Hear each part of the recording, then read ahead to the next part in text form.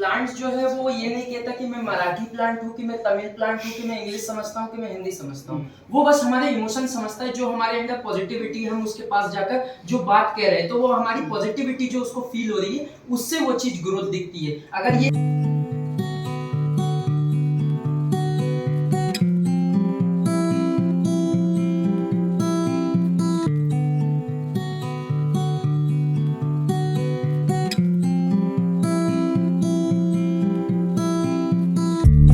Everyone, good morning ma'am. जैसा कि आपको बताया था कि आप जो साल भर प्रोजेक्ट कर रहे हैं, जो भी आपने बायो से रिलेटेड प्रोजेक्ट्स किए थे, उन प्रोजेक्ट्स का आज प्रेजेंटेशन करेंगे। प्रेजेंट करते समय आपको जिन पॉइंट्स का ध्यान रखना है कि आपका पीपीटी प्रेजेंटेशन है तो उसमें आपको ये मेंशन करना पड़ेगा कि सबसे पहले टाइटल बताएंगे, फिर इंट्रोडक्शन देंगे कि आपका प्रोजेक्ट है किस बारे में, देन आप उसकी मेथोडोलॉजी बताएंगे, मतलब आपने साल भर उस प्रोजेक्ट को कैसे किया है, उसको करने का प्रोसीजर क्या था, उसके बाद आपने क्या ऑब्जर्व किया, ठीक है, आपने कुछ नेगेटिव ऑब्जर्व किया या पॉजिटिव ऑब्जर्व किया, जो भी रिजल्ट आपको मिला है आप उस तरह उसमें ऑब्जर्वेशन एंड देन रिजल्ट्स में आप रिजल्ट शो करेंगे कि ऐसा करने के बाद हमारे पास रिजल्ट ये आया, ठीक है। फिर जो रिजल्ट आपको आया है उसके बेसिस पर आप डिस्कशन करेंगे और साथ में जो प्रोजेक्ट आपने साल भर किया है, आपको जो रिजल्ट मिले हैं उसके बेसिस पे आप कंक्लूजन देंगे कि हमारा ये प्रोजेक्ट करने के बाद हमें इस कंक्लूजन पर हम पहुंचे। किसी भी प्रोजेक्ट में या एक्सपेरिमेंट इंपॉर्टेंट होता है, रिजल्ट इंपॉर्टेंट नहीं होता है। लास्ट में आप रेफरेंसेस रखेंगे। जब भी हम पेपर प्रेजेंटेशन करते हैं, इसको पेपर प्रेजेंटेशन कहते हैं, ठीक है, तो जब भी हम पेपर प्रेजेंटेशन करते हैं तो उसमें बहुत इंपॉर्टेंट होता है कि आपने इसकी नॉलेज कहाँ से गेन की, या किसी किताब में उसके बारे में जानकारी मिली या किसी रिसर्च पेपर से जानकारी मिली, तो इसीलिए सभी रिसर्च पेपर में बहुत इंपॉर्टेंट होता है रेफरेंसेस, ठीक है ना। तो आपका जो प्रेजेंटेशन रहेगा वो 10 मिनट का रहेगा। अब हम देखेंगे कि सबसे पहले कौन सा प्रोजेक्ट जो है उसका प्रेजेंटेशन हो।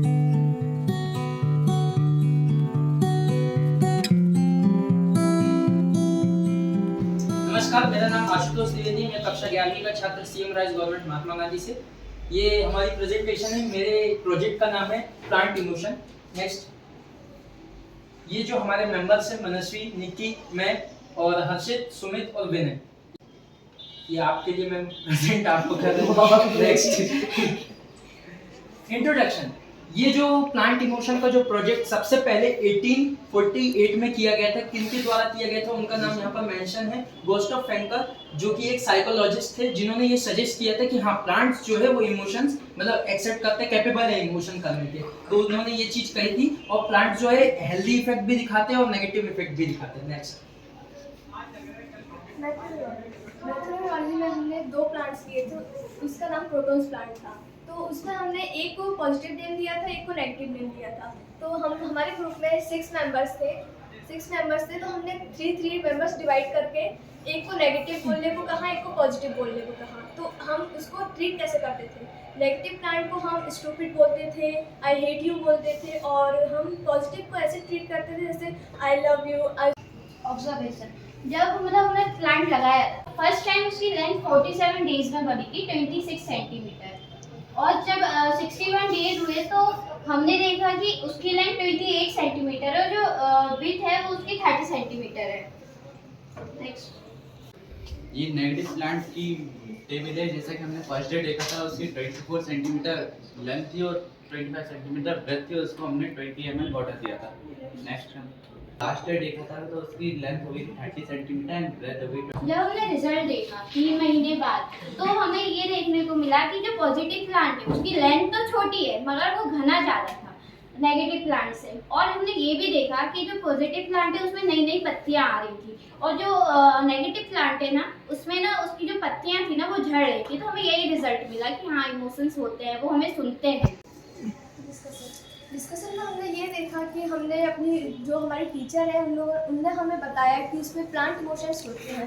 हमें पता भी चला कि उसमें इमोशंस होते हैं। ये बात हमने अपनी मैम से भी शेयर की। तो इससे जो कंक्लूजन निकला कि ये सारे प्रोजेक्ट के बाद आखिरी में हमें पता चला कि हाँ, सचमुच प्लांट्स जो है वो इमोशन एक्सेप्ट भी करते हैं और उसका हमें डेमोन्स्ट्रेशन भी देते हैं, हमें बताते हैं कि हाँ, ये चीज उन पे इफेक्ट पड़ रही है। मतलब जब जिस पॉजिटिव प्लांट को हम अच्छी बातें कह रहे थे तो वो सचमुच ग्रोथ कर रहा था, परंतु जिसको हम नेगेटिव कह रहे थे वो सचमुच मतलब बिगड़ता जा रहा, खराब होता जा रहा था वो प्लांट। नेक्स्ट, उन्हें रेफरेंस यहाँ से ली थी कि जैसे ये जर्मन साइंटिस्ट है गुस्ताव फ्रैंकल, उन्होंने 1848 में एक्सपेरिमेंट करके देखा था प्लांट के ऊपर कि प्लांट हमारी इमोशन समझते हैं कि नहीं समझते। तो उन्होंने पाया था कि प्लांट हमारी इमोशन समझते हैं और हमारे ह्यूमन बिहेवियर के ऊपर वो अपना ग्रोथ शो करते हैं कि मतलब इन्वायरमेंट कैसा उसके हिसाब से। बायो टीचर ने हमें बताया कि प्लांट हमारी इमोशन समझते हैं और हमें उसके ऊपर एक्सपेरिमेंट करके देखना चाहिए। तो हमने वहाँ से रेफरेंस ली और हमने अन्य जगह से भी रेफरेंस ली थी, जैसे गूगल, विकीपीडिया, यूट्यूब, अन्य जगह से रेफरेंस ली। फिर हमने इसके ऊपर एक्सपेरिमेंट कहा कि हम प्लांट को नेगेटिव और पॉजिटिव थॉट देते थे। जैसे कि मैं बोलना चाहता हूँ, जैसे उसने बोला कि आई हेट यू बोलते थे, आई लव यू बोलते थे, तो क्या वो आपकी ये I hate you, I love you ये वो समझते होंगे?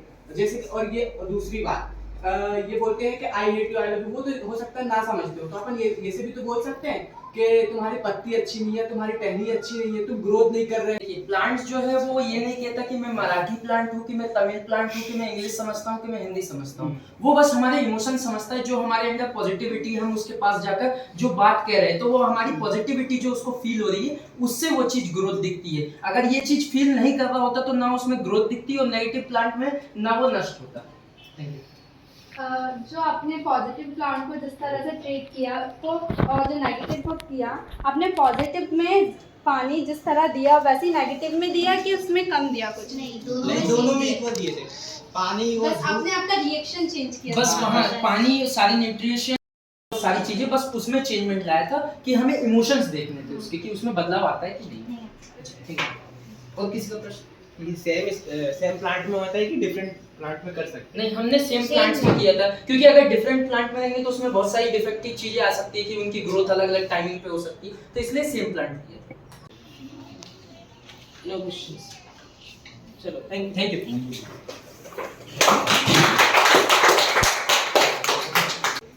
गुड मॉर्निंग, मेरा नाम स्नेहा यादव है और मैं क्लास 11 A2 बायो की स्टूडेंट हूँ। मेरे ग्रुप में दिशा पाल, अमृता यादव और उदय राजपूत हैं।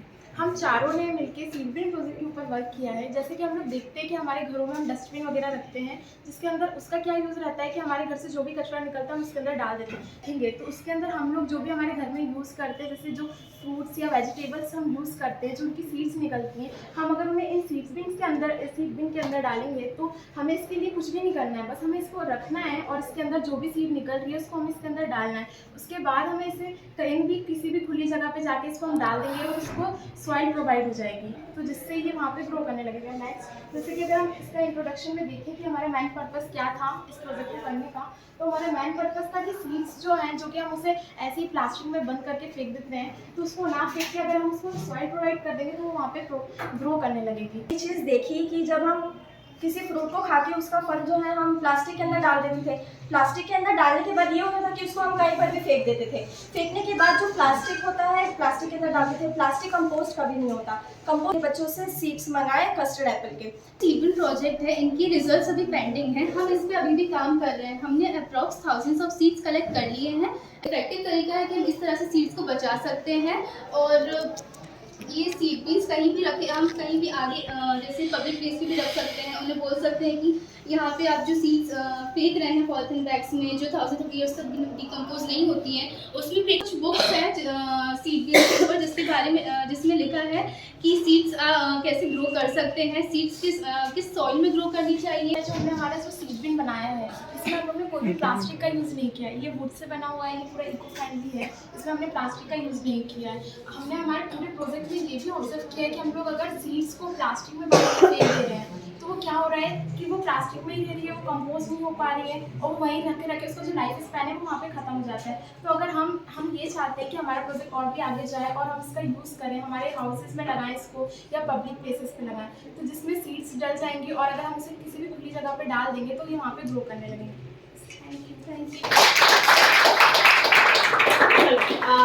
अच्छा है ये, आपने एक स्लाइड में ये मेंशन किया कि इसका लाइफ स्पान ये है, ठीक है। तो लाइफ स्पान में आपने प्लांट का लाइफ स्पान दिया है, जबकि हमें क्या देखना है कि उसका ऐसा रहता है कि अगर उसको 1 वीक या 2 वीक के अंदर उसको अगर हाँ सॉइल मिल जाए तो वो वहाँ पे वही ग्रो कर लेगा। Potential, Yeah. सीड का पोटेंशियल है ना, ठीक है, ओके, थैंक यू।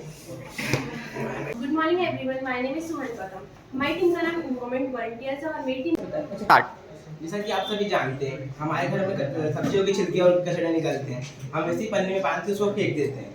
पर हमारा प्रोजेक्ट है वर्मी कंपोस्ट। इसमें हमने एक बॉक्स बनाया है जिसमें अपन सब्जी और डाल सकते हैं, और जैसे कि पूजा के फूल होते हैं, हम पूजा में फूल चढ़ाते हैं और बेसी फेंक देते हैं, पर हमने एक प्रोजेक्ट बनाया जिसमें हम ये डाल सकते हैं। इसमें डालेंगे तो ये 45 दिन में कंपोस्ट बन के रेडी हो जाएगा, और ये केमिकल फ्री है, और इससे नेचुरली प्लांट की ग्रोथ होगी। अगर ये वर्मी कंपोस्ट बन जाए तो हम किसी प्लांट में डाल सकते हैं वर्मी कंपोस्ट। और कंपोस्ट को मिक्स करने के लिए हमें इसे रोटेट करना रहता है और ये 40 और 45 डेज में बन सकता है। ऑब्जर्वेशन, हमें इसमें हर टाइम चेक करना रहेगा कि हमारे जो इसमें बॉम्ब्स डाले गए हैं वो जिंदा हैं या नहीं। उनके लिए उन्होंने जो भी हमने कंपोस्ट के लिए मटेरियल डाले थे, छिलके वगैरह फल फ्रूट के, वो सब वो कंपोस्ट हो रहा है कि नहीं, वो टूट रहे हैं कि नहीं, हमें ये देखना होगा। जो टारगेट है इस प्रोजेक्ट का वो है अर्बन कंपोस्ट, इसका नाम रखा गया है क्योंकि हमें जो फ्लैट वगैरह घर होते हैं वहाँ पर कम स्पेस होती है, जिसमें कि जो मैन्योर बनाना होता है हमें, तो उसके लिए कंपोस्ट किट की ज़रूरत थी। तो ये छोटा हमने साइज इसका डिज़ाइन किया है जो कि हर जगह सूटेबल है रखने के लिए, जैसे किचन हो गया और जो घर के मंदिर होते हैं उसके। रिजल्ट ये मिला, हमने वर्मी कंपोस्ट बनाया, फिर हमें रिजल्ट मिला कि इसे प्लांट में डालने में इनकी नेचुरल ग्रोथ हो रही है और ये केमिकल फ्री हो रहे हैं। हमने इस कंपोस्ट को डिस्कशन वेजिटेबल शॉपकीपर से डिस्कशन करके बनाया है, फार्मर से बनाया है और हमारे टीम मेंबर से डिस्कशन। कंक्लूजन ये निकलता है कि जो हमारे कंपोस्ट किट है वो आसानी से और कम पैसों में बन जाता है, जो कि वेस्ट मैनेजमेंट के लिए अच्छा है।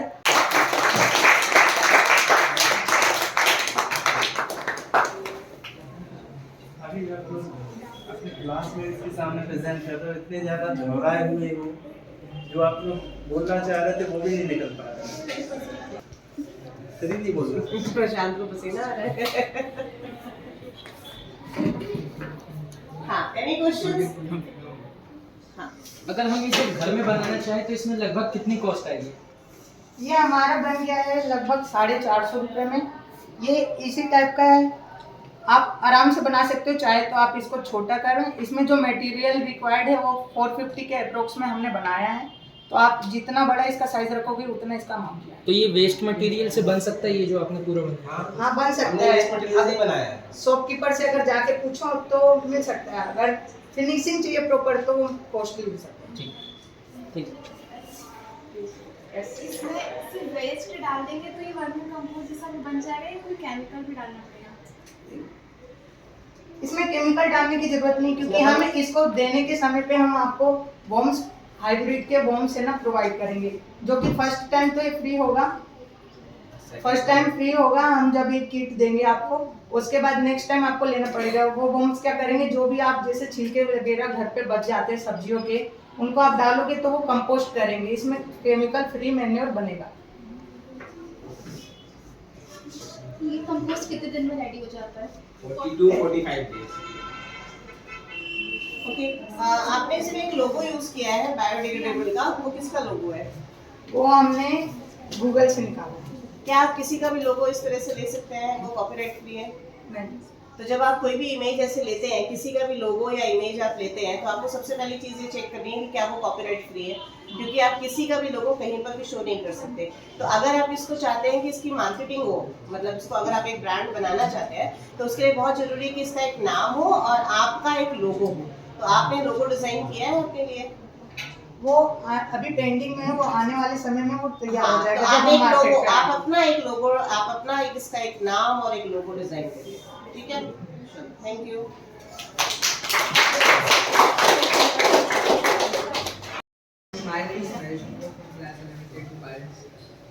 Good morning, my name is Yashadhar Ploy. We present Sparrow House project।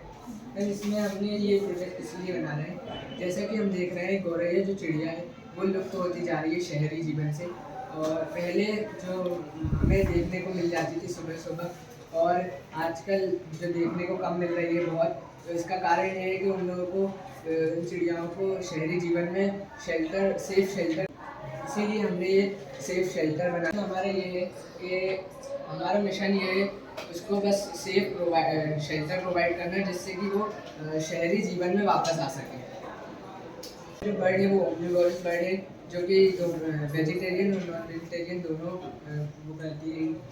और ये सीड ग्रेन फूड इंसेक्ट ईट करती है। ये जनरली अपना जो शेल्टर है वो बिल्डिंग्स ह्यूमन होम्स और ट्रीज के उनमें बनाती है ग्रुप में। और इन अर्बन एरिया ये अपना मतलब वो ह्यूमन हाउस में बनाती है, सिटीज़ में ये अपना घर। नेक्स्ट, और हमारा प्रोजेक्ट का गोल ये है कि हम स्पैरोज की पॉपुलेशन को इंक्रीज़ करना चाहते हैं इन अर्बन एरियाज और डाइवर्सिटी को प्रमोट करते हैं, जिससे कि इसके बेनिफिट्स ये हैं कि ये गौरैया चिड़ियाओं को और भी अपॉर्चुनिटी देती है कि वो अपना नेस्ट और भी सेफ और अच्छी जगह बना सके, जिससे कि उनके बच्चे गौरैया के सेफ रह सकते हैं। और बायोडाइवर्सिटी में गौरैया चिड़िया का बहुत बड़ा रोल होता है, जिससे कि वो जैसे कि वो पेस्ट कंट्रोल करती है और जहाँ वो अपने बच्चों को सेफ महसूस कर सके। और थोड़ा इसको हाइट पे रखना है, जिससे कि वो अर्थ पे जो जानवर चलते हैं उनसे भी सेफ रहे। हम इसको लगातार देखते रहें, अगर वह नहीं आ रही है तो इस हाउस की मतलब लोकेशन चेंज करें। नेक्स्ट, कंक्लूजन ये निकलता है कि हमने जो हमारे उससे करा था, हमने जिस लोकेशन पे लगाया था तो वहाँ पर ये पॉजिटिव आए थे, वहाँ स्पैरोस आई थी। और ये कहाँ पर लगाया है आपने? मैम ये एक बिल्डिंग है और उसके अंदर दीवार पर थोड़ा मतलब ये फर्स्ट फ्लोर पे है कि सेकंड फर्स्ट फ्लोर फ्लोर पे? पे है। आपका घर है ये? क्या? ये आपका घर है या कहीं और लगाया है? नहीं मैम कहीं और है, मतलब यहाँ मैंने देखी हुई है। वहाँ स्पैरोस आपने देखी है पहले से। गुड, तो आप इसको कंटिन्यू ऑब्जर्व करना, रिजल्ट आ सकता है। स्लाइड पीछे लेना, सेकंड स्लाइड केयरफुल। मैंने आपको बताया कि जब आप अपना प्रोजेक्ट प्रेजेंट कर रहे हैं तो आप किसी और की फोटो नहीं ले सकते हैं। ये वर्ल्ड स्पैरो डे कब मनाया जाता है? कब मनाया जाता है, किसी को पता है? 28 मार्च। ठीक है, उसको वर्ल्ड स्पैरो हम इसको लगाएंगे तो स्पैरो आएंगे, इसकी कोई गारंटी नहीं है। उन्हें अगर अपने आप को सेफ लगेगा इस जगह पर तो वो आएंगे, तो नहीं आएंगे। तो हमें इसकी लोकेशन बदलने की जरूरत पड़ेगी। चिड़िया आएंगी उसमें हम 2-3 दिन में क्लीन कर देंगे, फिर वापस चिड़िया कैसे आएंगी जब वो बाहर गई जब चिड़िया घर से बाहर गई तो तुम उसका घर साफ कर दोगे? जब वो नहीं रहे या जो मतलब जो पुरानी छोड़ के चल जाए उस बीच में। हाँ, जब वो नेस्टिंग उसकी कंप्लीट हो जाए, जब उसके चिक्स उड़ जाए, तो बेचारी बाहर भी तो पीछे साफ कर दिया और बच्चे अंडे ये रेंटल टाइप है उनके लिए, रेंटल होम टाइप नहीं भाई, ऐसे पीछे से नहीं भगाना है। जब उनके बच्चे बड़े हो जाएंगे, उड़ जाएंगे, उसके बाद क्लीन करना है। ठीक है, sorry. Next, Good afternoon, teachers and all my dear friends. My name is Binder Singh. मेरे प्रोजेक्ट का टाइटल है बायोडाइवर्सिटी इन आवर स्कूल। मेरी टीम में मानसी पटेल, अनुराग मौर्य और जोगेंद्र नावरंग। गुड मॉर्निंग मैडम, मैं बताना चाहूँगा कि बायोडाइवर्सिटी क्या है। बायोडाइवर्सिटी दो चीज़ों से मिलकर बनी है। पहला है बायो और दूसरा डाइवर्सिटी। बायो का मतलब होता है लिविंग यानी लाइफ, और दूसरा डाइवर्सिटी का मतलब होता है वैरायटी। तो बायोडाइवर्सिटी पहला है जेनेटिक बायोडाइवर्सिटी और दूसरा है स्पीसीज बायोडाइवर्सिटी और तीसरा है इकोलॉजिकल डाइवर्सिटी। इकोलॉजी हमने क्या यूज़ की, पहले हमने स्कूल को 2 जोन में बांटा। 2 जोन में बांटने के बाद हमने ना, हमारी टीम में 6 मेंबर्स थे, जिसमें से हमने 4 मेंबर 2-2 करके हमने हर एक जोन में सबको भेजा। और जो बाकी जो 2 जन बचे हुए थे, वो जो भी हम लोग स्पीसीज ढूंढ रहे थे उसके बारे में डाटा कलेक्ट कर रहे थे। और जब वो डाटा तैयार हुआ तो हमने उसे एनालाइज किया और एक रिपोर्ट तैयार की। फिर हमने उसको ऑब्जर्व किया। हमने पहले ऑब्जर्व किया एक गार्डन और अपना प्लेग्राउंड और कैंटीन एरिया, एक मेन गेट साइड हमने ऑब्जर्व किया कि वहाँ पे चिड़िया आ रही है, कौन से स्पीसीज वहाँ पे हैं। और हमने ना कुछ टूल्स तैयार किए, जैसे नोटबुक जिसमें हम इंफॉर्मेशन लिख सकें और कैमरा जिसमें हम फ़ोटो खींच सकें। और उसके बाद हम रोज़ सुबह अर्ली मीन्स स्कूल से पहले 10 बजे हमारा स्कूल होता है, हम स्कूल से पहले आके 8 बजे आके फ़ोटो खींचते थे स्पीसीज जो भी हमें उस टाइम पे मिलती थी। और हमने एक डाटा तैयार किया, ये हमने कुछ इंफॉर्मेशन कलेक्ट की थी। और फिर उसके बाद हमने इंफॉर्मेशन कलेक्ट की तो उसका डाटा एनालाइज किया और हमने ऑब्जर्व किया कि स्पीसीज में बर्ड्स और इंसेक्ट ऑब्जर्व किया कि उसका साइज़ क्या है, उसका कलर क्या है, उनका बिहेवियर क्या है नेचर के through. Importance of biodiversity. Biodiversity हमारे लिए क्यों ज़रूरी है? तो पहला जो बायोडाइवर्सिटी है वो हमारे इकोसिस्टम को भी बैलेंस करता है, और बायोडाइवर्सिटी हमें फूड सर्विस प्रोवाइड करता है, और इसे हम मेडिकल पर्पस के लिए भी यूज़ करते हैं। थ्रेड्स ऑफ बायोडाइवर्सिटी, थ्रेड्स का मतलब होता है खतरा या धमकी। तो हमारा बायोडाइवर्सिटी क्यों खतरे में है? तो पहला है हैबिटाट लॉस। हैबिटाट का मतलब होता है नेचर हाउस, और हैबिटाट्स मतलब जो भी एनिमल्स और प्लांट्स, जो भी क्लाइमेट चेंज क्या होता है? जैसे कि क्लाइमेट चेंज का सबसे बड़ा कारण है डिफॉरेस्टेशन, जैसे कि प्लांट्स जो होते हैं, ट्रीज जो होते हैं, वो ऑक्सीजन रिलीज करते हैं और कार्बन डाइऑक्साइड लेते हैं, जिसकी वजह से जो ये प्रोसेस नहीं हो पा रही है। पॉल्यूशन का कारण है। जैसे मेरा नाम अनुराग मौर्य, मैं कंक्लूजन बता रहा हूँ। बायोडाइवर्सिटी हमारे जीवन का एक हिस्सा है। इस गार्डन में मधुमक्खी के छत्ते ने अटैक कर दिया और पूरी मधुमक्खियों ने अटैक कर दिया लोगों के ऊपर, फिर भी जरूरी है। टाइगर हमारे लिए इतनी सारी प्रॉब्लम्स क्रिएट करता है, लेपर्ड्स बच्चे उठा ले जाता है इंसानों के, पर हम उसको कंजर्व करना चाहते हैं। क्यों बचाना चाहते हैं आप? कहीं ना योगदान दे। हम सारे के सारे एक जैसे आम के पेड़ क्यों नहीं लगा देते? हमें आम, यूकेलिप्टस, नीम, कस्टर्ड एप्पल सब क्यों चाहिए? That is what we are talking. Biodiversity, जीवों की विभिन्नता क्यों आवश्यक है? आप उसे शब्दों में मत पिरोने की कोशिश करिए, आप समझिए कि उसकी इम्पोर्टेंस क्या है, किस तरह से अगर वो खत्म हो गए तो हम खत्म हो जाएंगे। क्यों? शब्द मत रटिए, उसको समझिए। Why is very important this is, ठीक है? और आपने अच्छा प्रेजेंटेशन बनाया था। कैमरे से ली थी और मैं डाटा कलेक्ट किया था। IUCN international union conversation of nature एक वेबसाइट है, उससे कलेक्ट किया था, एक विकिपीडिया और एक American museum of national society. Where are the photographs? तो ये आपने खुद फोटोग्राफ्स लिए हैं? क्या नाम है इसका? अरे बटरफ्लाइज को एक साथ कर दो। ये क्या है? ये मिला? कहाँ मिला? मैम ये जमीन पे ग्राउंड में कैंटीन के पास मिलीपीड है। ओहो, आपने एक का बहुत सारा बैटर लिखा है। ये क्या है? ये बटरफ्लाई है कि मॉथ है? है ना, पालपिटा? Four spotted पालपिटा। ठीक है। हाँ, क्रेन फ्लाई। इनको सेपरेट ऐसे करना है कि आर्थ्रोपोडा के मेंबर्स एक में आ जाए, ऐसा। हाँ, रेड कॉटन वाली। तो ये सबका बेस कैसे सेम आ रहा है? वाइट पे थे। ये लाइन क्यों आ रही है? मतलब पता नहीं, प्रिंट आउट निकालना है सब में एक जैसा बेस। ऐसा लग रहा है कि आपने सारे कीड़े पकड़ के एक टेबल पे रख के फोटो खींची है। मतलब सबका बेस क्यों सेम आ रहा है? Not getting that. कौन सी है? वाइट मैना है ये, इंडियन वाइट मैना की पहचान ये किसके शरीर में वाइट होता है, और जो अपनी नॉर्मल मैना होगी ना उसका ये येलो होगा, ये काला होगा, सफेद नहीं होगा। जिसको ये पाइड नाम लगता ही तब है जब उसके शरीर में वाइट पैचेस होते हैं। जंगल वैबलर है। यस मैम, हाँ, इसको जंपिंग। तो जंगल वैबलर उसका नाम है। क्या चीजें बताइए? ये डव की this is Dove only, this is laughing Dove. ये लाफिंग डव है, समझ में आ रहा है? इसको हिंदी में क्या बोलते हैं? डवकी, हिंदी में डवकी बोलते हैं। यहाँ ब्लैक ड्रोंगो है। ब्लैक ड्रोंगो की 4 वैरायटीज पाई जाती है अपने यहाँ। ये बाइफर्केशन ये शो करता है कि ब्लैक ड्रोंगो है। अच्छा है काम, शुरुआत के हिसाब से काम अच्छा है। Actually a very good presentation, एक अच्छा डिस्कशन हुआ। इस बार ये पहली बार था जब हम लोगों ने पेपर प्रेजेंटेशन किया है, एंड अगली बार हम हर 3 महीने में पेपर प्रेजेंटेशन करेंगे, ठीक है? इससे आपको 2 चीज़ें हो जाएंगी कि आप लोग को आदत पड़ जाएगी और आपको पता होगा कि पीपीटी या पेपर प्रेजेंटेशन क्या होता है, उसके क्या नियम होते हैं। बिकॉज ये फर्स्ट टाइम था, इसमें कई मिस्टेक्स थी और कई अच्छी चीज़ें निकल के आई। तो इसमें सबसे अच्छी चीज़ ये थी कि जिन्होंने वास्तव में काम किया है, जिन्होंने एक्चुअली काम किया है, उनके पास आंसर्स होते हैं, और जिन्होंने जस्ट अभी उसको अडॉप्ट कर लिया है प्रोजेक्ट को और नेट से इन्फॉर्मेशन निकाली है, तो वो उसके बहुत बेसिक चीज़ों को भी एक्सप्लेन नहीं कर पा रहे थे। प्रेजेंटेशन बहुत अच्छे थे, पर कुछ बच्चे नर्वस हो रहे थे, तो हैव फुल कॉन्फिडेंस। आप जब भी यहाँ पे खड़े हो तो कॉन्फिडेंस के साथ खड़े हो। में एक कॉन्फिडेंस डेवलप होगा, ठीक है? आगे जाके आप इसी चीज को बड़े मंच पर और अच्छी तरीके से प्रस्तुत कर पाएंगे करते हैं, और इसमें कितना समय लगता है हमने सब कुछ जाना।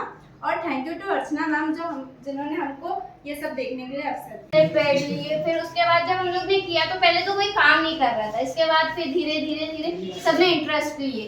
फिर जब हमने इंटरेस्ट लिया तो हमें जोर से अपने लिए क्लैप करेंगे।